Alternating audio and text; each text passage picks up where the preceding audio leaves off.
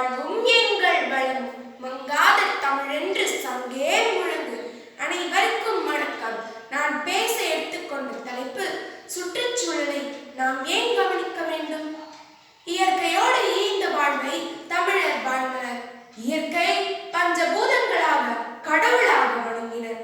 ஒரு நாட்டின் சீர்மையை சுற்றுச்சூழலின் தரமே புலப்படுத்தும். அத்தகைய சுற்றுச்சூழலை கவனிக்க வேண்டியது நம் ஒவ்வொருவரின் கடமை.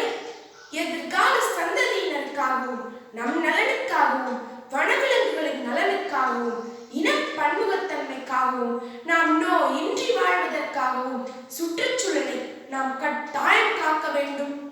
உணவு உற்பத்தி முதல் மனிதனின் எல்லா செயலும் நிலத்திலேயே நடைபெறுகிறது.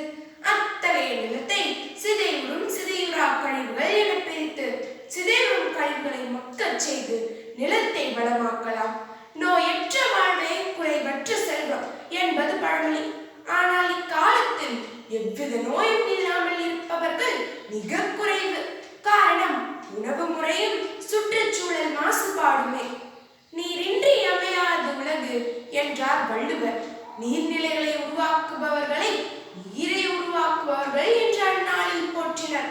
நாம் உருவாக்காவிட்டாலும் உருவாக்கப்பட்ட நீர்நிலைகளை பாதுகாக்கவாவது வேண்டாமா? செயற்கை உரங்கள், பூச்சிக்கொல்லிகள், தொழிற்சாலை கழிவுகள் நிலத்தையும் நீரையும் மாசுபடுத்துவதோடு சுற்றுச்சூழலை சமநிலை இழக்கச் செய்கிறது. நாம் சுகமான வாழ்க்கையை வாழ சுற்றுப்புறத்தின் மேல் அக்கறை இல்லாமல் நடந்து கொள்கிறோம். 4 பேர் இருக்கும் வீட்டில் அப்பாவுக்கு காரு, அம்மாவுக்கு ஆக்டிவா, அண்ணனுக்கு புல்லட்டு, பாப்பாவுக்கு ஸ்கூட்டி. இவ்வாகனங்கள் வெளியிடுவது புகை அல்ல, நம் சுற்றுச்சூழலை கெடுக்கும் கொடிய நஞ்சு. காற்றை விஷமாக்குவதோடு அமிலமழை, புவி வெப்பமயமாதல் போன்ற பாதிப்புகளை ஏற்படுத்தி மனிதனுக்கு பல நோய்களை உருவாக்கிறது. காசு இல்லை என்றால் சம்பாதிக்கலாம், தூய காற்று இல்லை என்றால் எங்கு செல்வது? இதே வேகத்தில் நாம் சுற்றுப்புறத்தை மாசுபடுத்தினால் நாம் சுவாசிக்கும் காற்றும் ஒரு நாள் தீர்ந்து போகலாம். எனவே சுற்றுச்சூழலை கவனிக்க வேண்டிய கட்டாயத்தில் இருக்கிறோம். தேவைக்கு மரங்களை வெட்டுவது தவறில்லை, பதிலுக்கு மீண்டும் மரங்கள் நடாமல் இருப்பதுதான் தவறு. உயர்ந்தோங்கிய மலைகள், காடுகள், பசும் புல்வெளிகள், வயல்வெளிகள், நீர்நிலைகள் என என்ன வளமில்லை நம் திருநாட்டு.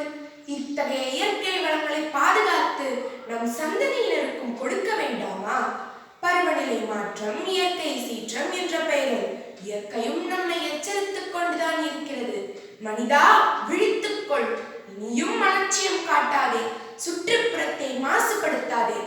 ஒவ்வொரு தனி மனிதனுக்கும் சுற்றுச்சூழலை காக்க வேண்டிய கட்டாயம், கடமை உணர்வும் தேவை. மாணவர்களாகிய நாமும் தூக்கி எறியும் பிளாஸ்டிக் பேனாவிற்கு பதில் மீண்டும் மீண்டும் மை நிரப்பும் பேனாவை பயன்படுத்தலாம். பிளாஸ்டிக்கை தவிர்ப்போம்.